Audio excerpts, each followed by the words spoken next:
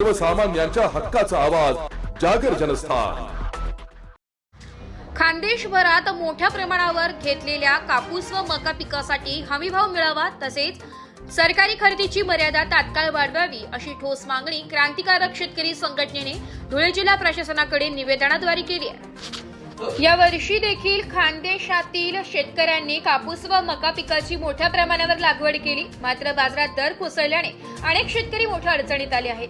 सरकारी खरेदी केंद्र सुरू झाले असली तरी मर्यादित खरेदी, तांत्रिक अडचणी आणि विलंबामुळे शेतकऱ्यांवर आर्थिक संकट ओढवले आहे। त्यामुळे हमी भावाची प्रत्यक्षात अंमलबजावणी आणि खरेदीची मर्यादा वाढविणे अत्यावश्यक असल्याचे संघटनेने स्पष्ट केले।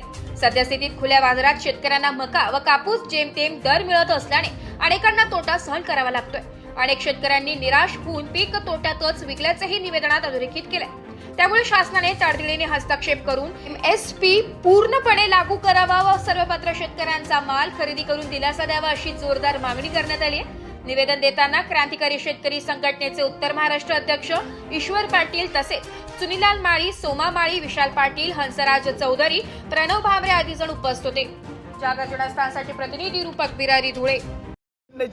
माध्यमातून आज आम्ही निवेदन देतो की आमच्या धुळे जिल्ह्याचे आवडते नेते जयकुमारजी रावल, पालकमंत्री आणि पणन व शिष्टाचार मंत्री, आपल्या धुळे जिल्ह्यात कापूस व कांदा आणि मका खूप मोठ्या प्रमाणात आहे आणि शासनाने धुळे जिल्ह्यासाठी 10.74, जळगावसाठी 12.47 आणि नंदुरबारसाठी 13.33 मर्यादा दिली कापूससाठी, तसंच मकासाठी पण मर्यादा दिली। आणि एकीकडे कंपन्या म्हणतात मका उत्पादक की हेक्टरी 100 क्विंटल मका पिकतो। आणि आम्ही विनंती करतो आमचे लाडके मंत्री साहेब, आपण धुळे जिल्ह्याचे पालकमंत्री आहात, या पालक या नात्याने खानदेशातील शेतकऱ्यांना न्याय द्यायला पाहिजे, यांची मर्यादा वाढ करायला पाहिजे। आणि जी मोठी लूट सुरू आहे जिनिंग प्रेसमध्ये, ग्रेडर मंडळी व्यापारींच्या नावे, शेतकऱ्यांच्या नावे पैसे कमवतो व्यापारी मंडळी, त्यांना मुभा दिली जाते, त्यांचे माल ताबडतोब विकला जातो आणि शेतकरी मायबापाला ऑनलाईन करण्यापासून तर विक्रीपर्यंत त्याला कसा कुरडता येईल, कसा खाता येईल या पद्धतीने लूट सुरू आहे।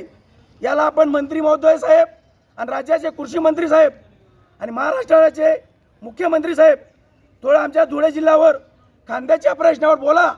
आज जी राजकीय दबावगिरीशाही सुरू आहे संपूर्ण महाराष्ट्रात, ते चित्र खानदेशमध्ये सुरू आहे। कोणी शेतकऱ्यांवर बोलायला गेलं त्याला दाबलं मार जात आहे, त्याला हुकुमशाही पद्धतीने फोन येत आहेत, त्या कार्यकर्त्यांना जीवे मारण्याची धमकी दिली जाते। याला सर्वस्वी जबाबदार आपण सत्ताधारी आहात, कारण सत्ताधारी मंडळीच्या जीवावर तुटपुंजे, रेती माफिया, रोड माफिया हे दादागिरी आणतात। आमच्या बायको, पत्नी, मुलांना काही झालं तर सर्वस्वी जबाबदारी या राज्यकर्त्यांची आहे। आम्ही याच्यातून सांगू इच्छितो, जेव्हा आम्ही आवाज उठवतो आमच्या बायका, मुलं वर आम्हाला धमक्या दिल्या जातात, याची पण चौकशी करा। वंदे मातरम।